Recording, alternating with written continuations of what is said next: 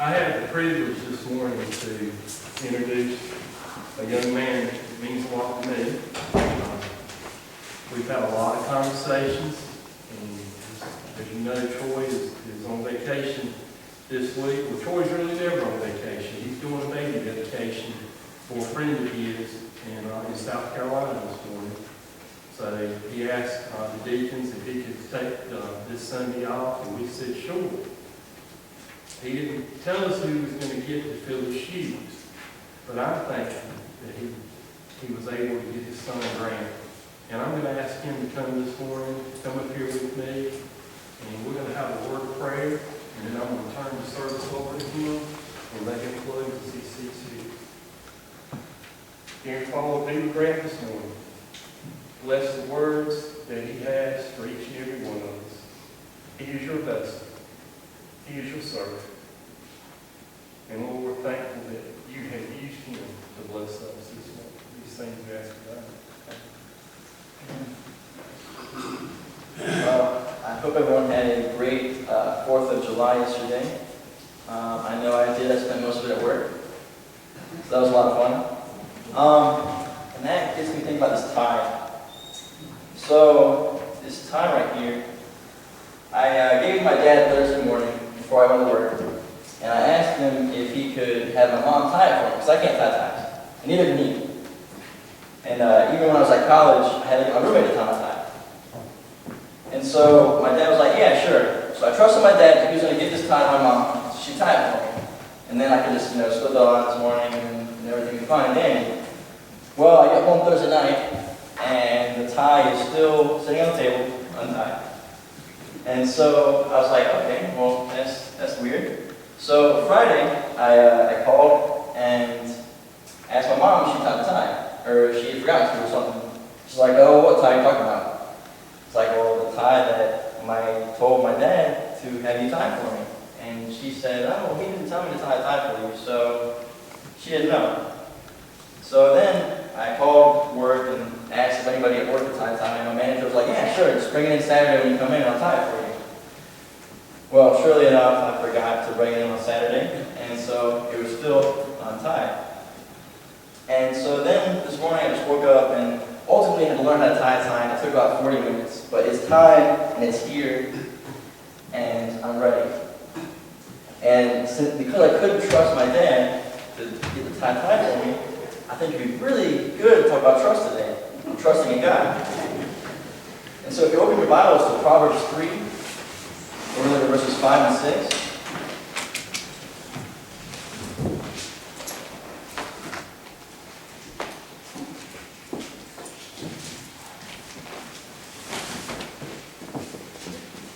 And it says, trust in the Lord with all your heart, and lean not on your own understanding. In all your ways acknowledge him, and he shall direct your paths. Trust in the Lord with all your heart, and lean not on your own understanding. In all your ways acknowledge him, and he shall direct your paths. Before we go any further, let us go into prayer. God, I just want to thank you for this wonderful morning, Lord. I just want to thank you that we can get into the house, Lord, your house, and just learn about your word. And God, I just ask that you open up our hearts and our minds, Lord, so that the message you have for us, Lord, it can be received. And God, I just ask you to use me as a vessel, Lord, and speak through me, so that what's spoken today is your words, Lord, and none of my own. And God, I just want to ask this in your name. Amen. And so, first, I want to look at 4 reasons to trust in God. But before I do that, I want to share my testimony, because I haven't done that with you guys. And so I became a Christian at a very young age, at the age of 7. And I understood it, and I believed it, and I applied it, and everything was great.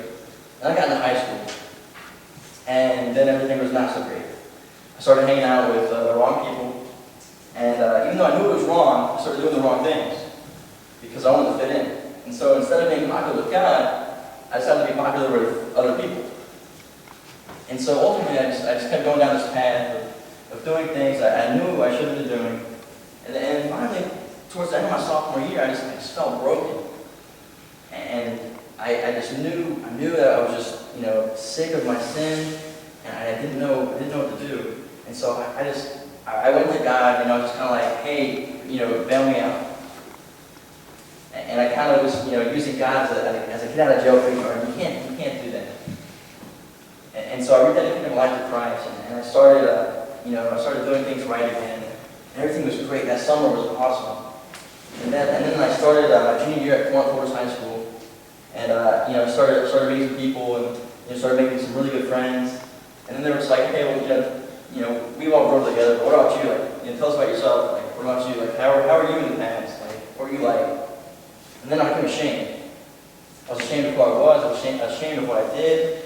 And so I started making up stuff. Started making up lies about, who I was. I was, trying to play it off as if I was, always this, good guy, whatever. And so it started this web of lies. And I'm telling you, if you start a web of lies, eventually you're going to get cornered. And finally, I got cornered. And it happened when I got to college. When I got to college, things were fine, and I knew I was going to East Carolina, and it has a pretty bad reputation. And, for alcohol and drugs and partying, the atmosphere was really bad. And I put a lot of trust in God, and, He let me know that I was still not doing things the way He wanted me to do. So I created this web of lies, and finally I just got cornered. On December 6, 2014, I attended the call ministry. And so I finally was able to understand what it's like to put trust in God. And so here are 4 reasons to trust in God. Reason number 1 is that God is omniscient. Turn your Bibles to Matthew chapter 6. We're going to look at verse 8.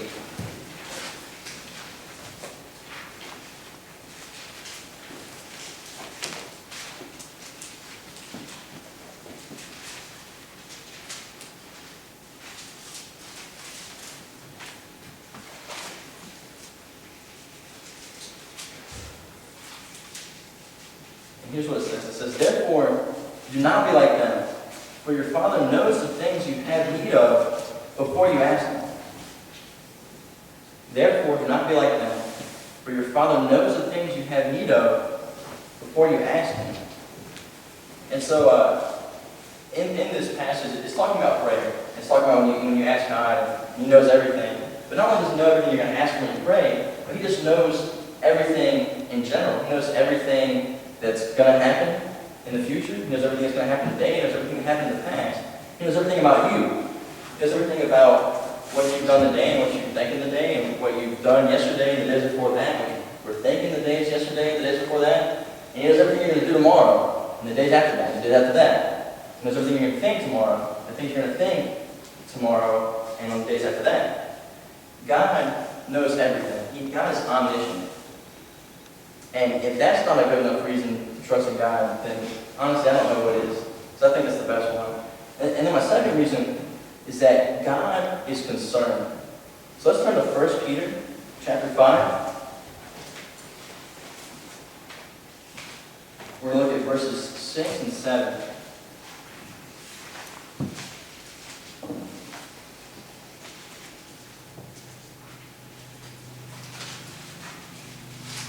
First Peter chapter 5, verses 6 and 7.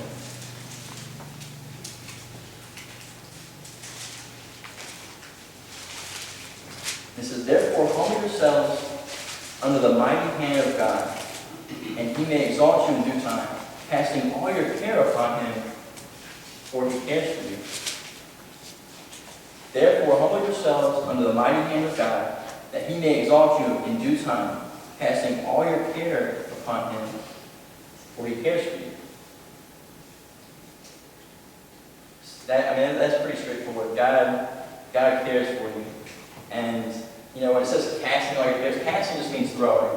Throwing all your cares, all your burdens on Him, because He cares for you. Sometimes we get this mentality that we think we can just do it all on our own. And especially me, I'm probably guilty of it more than anybody. And we pile our plates, too high, we have too much stuff. And then all of a sudden it gets too heavy to carry. And so why would you want to carry the weight of the world on your shoulders when you've got a loving and caring God who's begging you as a Christian to just let Him take it from you, let Him help you. He cares about you. And that's another reason why you should trust God, because He is concerned about it. And the third reason is that God is consistent and He's faithful. So look at 1 Corinthians chapter 1. We look at verse 9.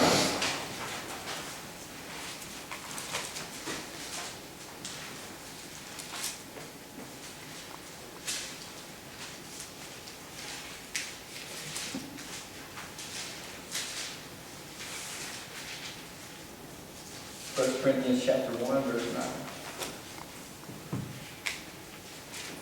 And it says, God is faithful, by whom you were called into the fellowship of His Son, Jesus Christ our Lord.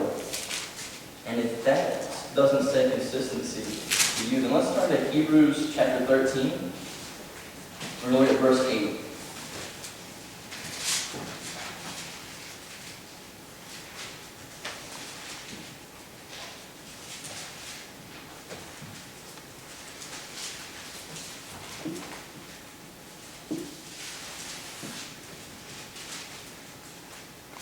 And verse 8 says, Jesus Christ is the same yesterday, today, and forever. Jesus Christ is the same yesterday, today, and forever. And that is consistency. He was the same when He was born. He was the same all through His life. And God has been the same when He created the earth and before. And He's the same now. And He's the same. He's going to be forever and ever. And God is faithful, and you can count on Him every time to do what He says He's going to do. He told Noah He was going to, send rains upon the earth, and He did it. There's so many times that God has said He's going to do something, and He did it. And we're going to look at that in a little bit, looking at Shadrach, Meshach, and Abednego. That's the third reason, is that God is consistent and He's faithful. And the fourth reason, the last reason, is God is capable. So let's turn to Ephesians chapter 3, early verse 20.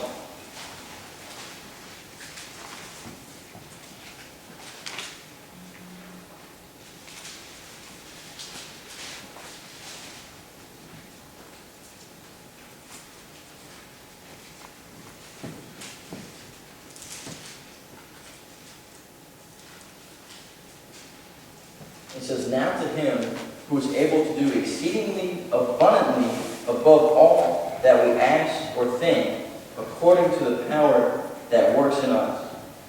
Now it sounded really confusing to me when I first read it. So I'm going to read it one more time. I'm going to kind of explain to you what that means. It says, now to Him who is able to do exceedingly abundantly above all that we ask or think, according to the power that works in us. And to me, that simply means that nothing is too hard for God. There is nothing that God can't do. Now, there are things that He chooses not to do, but He can do it still. And so, my favorite story of the Old Testament is the story of Shadrach, Meshach, and Abednego. And it just shows so much. It shows God's trust. It shows how we can trust in God. It shows God's divine power. And so if you just want to turn to Daniel chapter 3, I just want to look at that. And I want to show you how these 4 points are shown relevant in that story.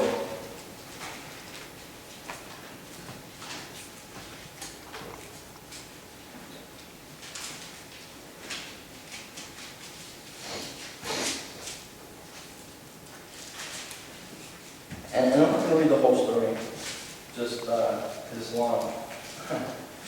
But basically what happened is King Nebuchadnezzar, he's the king of Babylon, and he sets up this image of gold that, in my version of the Bible says it's 60 cubits high, which is about 60 feet, give or take.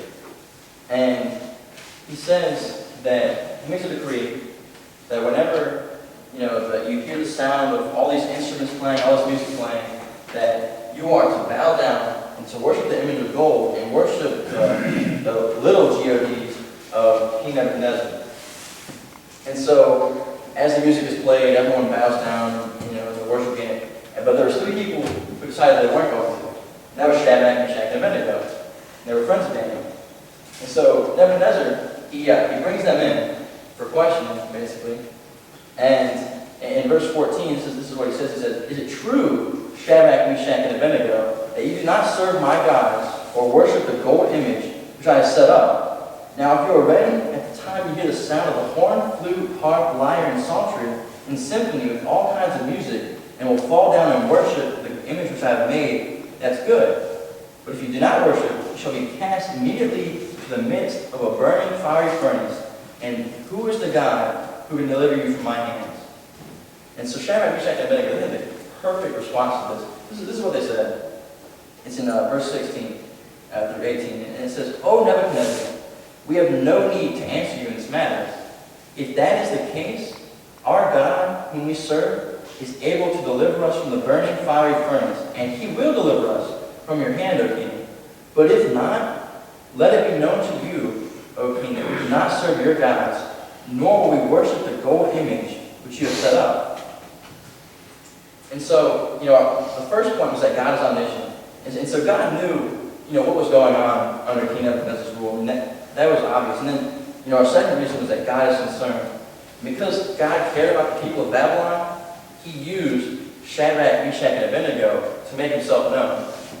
And so, the third reason was that, God is consistent. Our fourth was that God is capable. And so those kind of go together, the story. And God used Shadrach, Meshach, and Abednego to tell King Nebuchadnezzar that he would rescue them from the fiery furnace. And then God did it. Because after they said that to King Nebuchadnezzar, he threw them in the furnace. In fact, he even made it like 7 times hotter. And it was so hot that people who were throwing Shadrach, Meshach, and Abednego in the furnace burnt and died. And so then, Nebuchadnezzar was looking in the furnace, and he sees 4 men walking around. And he says, "Lord, I see 4 men loose walking in the midst of the fire, and they are not hurt. And the form of the 4th is like the Son of God." And so then Shadrach, Meshach, and Abednego came out, and Nebuchadnezzar was like, "Wow, praise the God of Shadrach, Meshach, and Abednego." He made a new decree. And he said that for anyone who decides to worship a God other than the one that Shadrach, Meshach, and Abednego worship, they shall be cast in the fiery furnace. And so, trust like Shadrach, Meshach, and Abednego is the kind of trust that we need to have in God. We need to, simply as Proverbs said, trust in the Lord with all your heart, and lean not on your own understanding, and all your ways acknowledge him, and he'll make your path straight. Going back to my testimony a little bit, as I was just living this life, full of sin, even though I claimed to be a Christian, and on Sundays, I went to church, and I was a Christian, and then it's like on Monday, I immediately turned it off, and I became, someone else.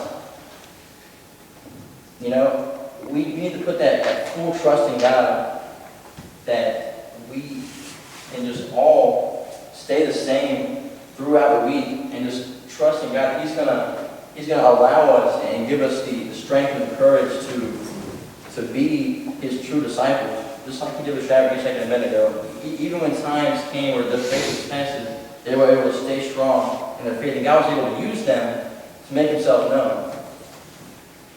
And so, if you've been relying on yourself and others and not depending on the Lord to meet your needs, then I strongly encourage you today to do so. But here's the thing. You can't trust somebody that you don't know. You may be sitting there thinking, "Oh, I know God. I know God. I trust God. I know that." That's not good enough. That's not good enough. Because God sent down his Son, Jesus Christ, to give us a way to get to him. That's why in John chapter 14, verse 6, Jesus says, "I am the way, the truth, and the life. No one gets to the Father except through me." And so, if you think you know God, you have to know Jesus. You have to have that personal relationship with Jesus Christ first. And that's how you get to God. And that's how you get to know God. You get to trust God. You have to have that daily relationship with Jesus, where you're talking to Jesus and you're just digging into his word and you're learning about it. And the more you learn about it, the more you trust God. The more you trust God, the more your faith flourishes. That's what you need to have. And you may be sitting there thinking like, "Okay, I don't have that. I want to have that." And That'd be awesome if you got it. It's great. But you can't be like me.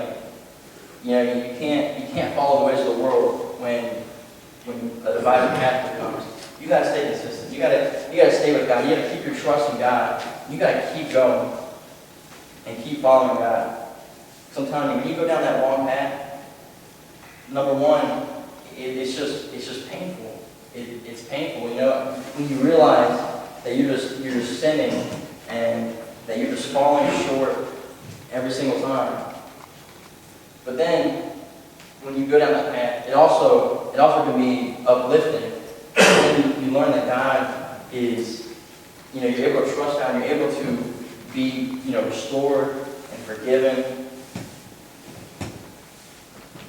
But the best thing to do is just follow Him and put full trust in Him, just from the get-go. And you're gonna mess up, you know, it's inevitable. But we have a loving God to go to get restored, get healed, forgiven, loved, and ultimately we're put ahead of where we were because we've learned from that experience. So today, you know, I encourage all of us, especially now where our country is, I encourage all of us as a church to put our trust in God because it's needed. It's needed now, it was needed yesterday, it's needed tomorrow. And I'm telling you, when we put our trust in God, He's gonna keep strong on His word and everything that's in this book. And everything that He says is yet to come, it's gonna happen. And we're gonna put our trust in God, and we're gonna follow Him, and we're gonna live an everlasting life in heaven, worshiping the one and only true God. Let us pray. And God, I just want to thank You again for this day, Lord.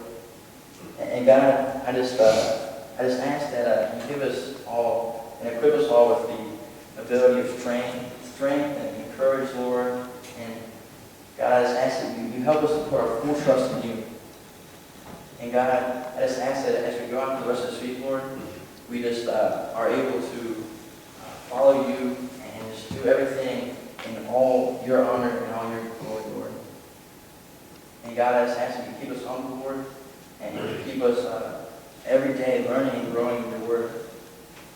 And God, I just also pray that as we go out of the church today, Lord, You keep us safe, Lord, until the church doors open again and we can come back and we can worship You. And God, I just want to ask this in Your name we pray. Amen.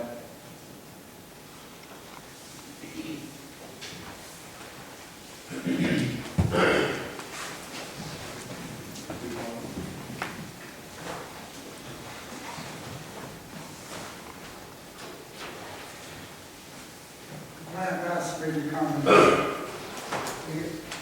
made the invitation. I don't think I really needed to. He could do it as good as I can. I am so proud of this young man. A year ago, this young man was working at our table in the pharmacy. And he graduated and was planning on going to East Carolina. He said, I'm going to get a pharmacist degree, become a pharmacist. And I said to him then, he went out to remember, but I said to him, you go and get your pharmacy degree and you become a pharmacist. But don't be surprised if the Lord has something else for you to do. And the Lord has. And was it December 6th? All the way back from Jacksonville to East Carolina. The Lord wanted to talk to him. So he cut his car off beside the road. You would go. And the Lord spoke to him and called him to the ministry. What a great testimony. What a great, great person. I love Grant. I love his family. I'm so thankful that they are my pastor's family and belong to my church. Grant, God bless you. You did a much better job than I did the first time out. I still remember the title of the first sermon I preached in Thanksgiving church. Way back. It was a about the true home. And grant God